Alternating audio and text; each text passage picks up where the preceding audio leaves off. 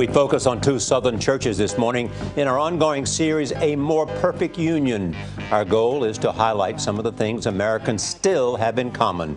Two neighboring Baptist congregations with a complicated history are working to forge a new relationship. James Brown spoke with their pastors in Macon, Georgia, about putting the past behind them. JB, good morning. Charlie, good morning to you, sir. Well, you know, most Americans do feel that the country has grown more divided, and this year's contentious presidential election certainly didn't help. In Georgia, there are two pastors in the city of Macon who are trying to heal the racial divide by bringing their churches together. Put your hands together. It's Sunday morning in Macon, Georgia, and First Baptist Church is making a joyful noise. Just around the corner, First Baptist Church of Christ is starting its worship. Like many churches in America, the difference between the two is pretty much black and white. Most people are familiar with what Dr. Martin Luther King Jr. said, that the most segregated hour in America is worship hour.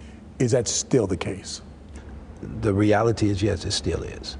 I think so, but I also think that we wouldn't worry so much about that 1 hour a week of being divided if we weren't so divided the other hours of the week. Pastor Scott Dickinson and James Goolsby met 2 years ago and decided it was time for their congregations to get to know each other. Because not only do their churches share a name, but they share a history. Pastor Dickinson, what's the name of your church? First Baptist Church of Christ. And it was started when? In 1826. And what's the name of your church? First Baptist Church, 1826. 1826? Yes. There can only be one church. We came out of that church. In 1826, there was only one First Baptist Church in Macon. White slave owners worshiped in the front with their slaves in the back.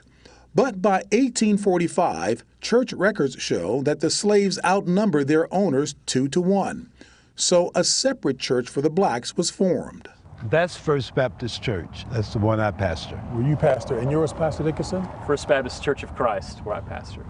And you guys have been just around the corner from each other for how long? Since 1887. And how often have you guys, prior to these meetings, interacted one with another? Maybe once or twice. After the tragic murders at a Charleston church last year, the two pastors got their two churches together for a series of meetings to talk about race and its impact on their community. We were the only non-Afro-American people in the room. On this night, just before Thanksgiving, church members met to break bread and walls that have separated them for years. One door that said colored and one door that said white. I think that was my first consciousness. For 3 hours, they shared funny stories and sad ones too. And by the end of the night, the two congregations grew closer. We talked to members of both churches the next day. I'm wondering how much objection, apprehension there may have been on those who've heard about this but didn't want to participate. I did hear conversation about how the conversations would go and the fear of saying the wrong thing. I'm going to use a word more apprehensive than negativity. One thing that you've learned from this series? Togetherness. Let's stay together.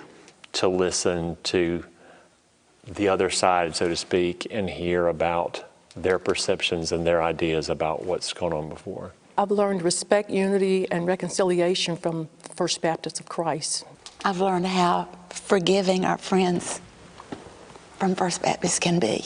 I've learned the importance of sharing experiences, engaging in positive dialogue. This series has taught me that despite what the world is telling us right now, that this kind of conversation is possible. How are you? And it only took two pastors to travel a few hundred yards to begin to heal the divide.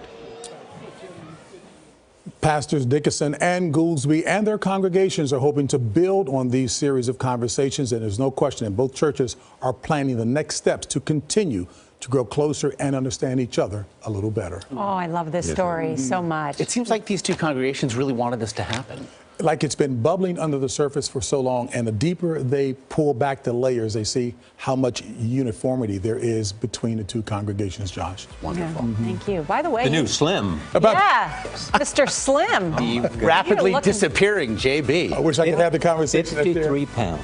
You look 53 great. pounds, oh boy. Yeah, how do you feel? Nora, like you now, great. So thank you very much. You look great. You Well, look great.